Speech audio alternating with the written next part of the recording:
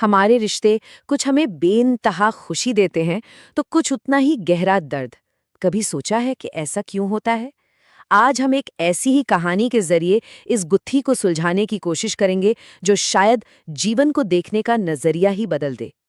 ये सवाल हम सबके मन में कभी ना कभी तो आता ही है कि कुछ रिश्ते जिनमें हम अपना सब कुछ लगा देते हैं वो हमें इतनी ज्यादा पीड़ा क्यों दे जाते हैं। ये एक ऐसा सवाल है जो मन में चुभता है। आज की हमारी पड़ताल इसी सवाल का जवाब एक बहुत ही पुरानी और मार्मिक कहानी के जरिए ढूंढने की कोशिश करेगी। तो चलिए कहानी की शुरुआत करते हैं एक माँ के गहरे दुख से। एक ऐसी माँ जिसकी खुशियां किसी तितली की तरह थीं, खूबसूरत पर बहुत ही पल भर की।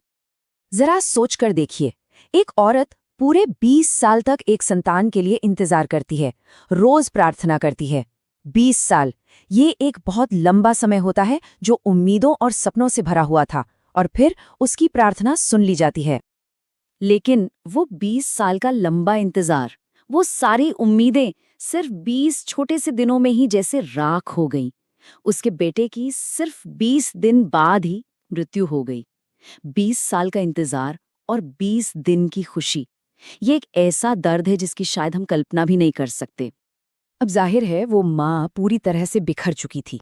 अपने बच्चे के शव को गोद में लिए वो दुख से पागल सी होकर मदद की तलाश में एक महात्मा के पास पहुंची। उसका दिल टूट चुका था और वो बस एक आखिरी उम्मीद लेकर वहां गई थी। और उस महात्मा के सामने उस माँ के टूटे हुए दिल में अब बस एक ही आखिरी बहुत छोटी सी इच्छा बची थी। एक ऐसी इच्छा जो शायद उसके बिखरे हुए वजूद को थोड़ा सा सुकून दे पाती। उसने महात्मा से कहा, मुझे कुछ नहीं चाहिए, मुझे बस एक बार, सिर्फ एक आखिरी बार उसके मुंह से माँ सुनना है। ये सिर्फ शब्द नहीं थे, ये एक माँ की आत्मा की पुकार थी। महात्मा ने उसकी पीड़ा को समझा, बिल्कुल समझा, लेकिन जो सच अब सामने आने वाला था वो किसी के भी होश उड़ाने के लिए काफी था। एक ऐसा सच जिसने उस माँ की दुनिया को हमेशा के लिए बदल के रख दिया। महात्मा ने अपनी शक्तियों से उस बच्चे की आत्मा को बुलाया। वहां एकदम खामोशी छा गई। सबकी नजरें उस माँ पर थीं जो उम्मीद से देख रही थी। लेकिन उस आत्मा ने जो कहा, क्या उसके लिए कोई भी तैयार था? आत्मा बोली, कौन माँ? किसकी माँ? ये शब्द उस माँ के लिए किसी बिजली के झटके से कम नहीं थे। जिस बेटे के लिए वो तड़प रही थी वो उसे पहचान तक नहीं रहा था। और फिर उस आत्मा ने वो राज खोला जिसने सब कुछ साफ कर दिया। उसने कहा, मेरा कोई माँ बाप नहीं है, मैं तो सिर्फ अपने कर्मों का एक पुराना हिसाब चुकाने के लिए आया था। ये सुनकर वहां मौजूद हर कोई सन्न रह गया। और यहीं पर कर्मों का सारा गणित, सारा हिसाब किताब सामने आ जाता है।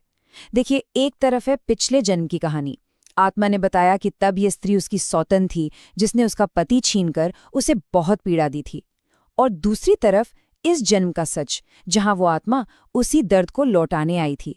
बस तराजू के पलड़े बराबर हुए, हिसाब चुकता हुआ और वो चला गया। वो माँ तो अपनी कहानी में उलझी रही, पर उसकी इस दर्दनाक कहानी ने हमें एक बहुत गहरे सिद्धांत से मिलवाया है। ये है कर्मों का खाता, एक ऐसा नजरिया जो हमारे हर रिश्ते को समझने की कुंजी हो सकता है। तो सवाल उठता है कि ये कर्मों का बंधन, ये कार्मिक बॉन्ड्स आखिर हैं क्या? दरअसल ये हमारे ही कर्मों से बने वो अनदेखे रिश्ते हैं, वो ऊर्जा के धागे हैं जो हमें दूसरों से जोड़ते हैं। ये बंधन तब तक बने रहते हैं जब तक इनका हिसाब पूरा ना हो जाए, चाहे इसमें कितने भी जन्म क्यों ना लग जाएं। देखिए, इसे समझने का एक बहुत ही सीधा सा लॉजिक है। पहला, हमारे हर अच्छे बुरे काम से एक बंधन, एक कनेक्शन बनता है। दूसरा, ये बंधन समय और जन्म की सीमाओं को पार कर जाते हैं। और तीसरा, हमारे जीवन में आने वाले रिश्ते, चाहे वो परिवार के हों, दोस्ती के हों या दुश्मनी के, वो दरअसल इन्हीं पुराने हिसाब किताब को निपटाने का एक मंच होते हैं। तो चलिए अब इस विचार को थोड़ा और गहराई से समझते हैं। आखिर रिश्तों का ये बंधन असल में काम कैसे करता है और ये हमारे सभी मानवीय रिश्तों पर कैसे असर डालता है? तो हम लोगों से क्यों मिलते हैं? इस नजरिए से देखें तो कोई भी मुलाकात बेवजह नहीं होती।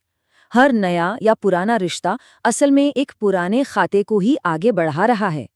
ये रिश्ते हमें अपने कर्मों का हिसाब बराबर करने का मौका देते हैं। और हाँ, ये सिर्फ दुख पर ही नहीं, सुख पर भी लागू होता है।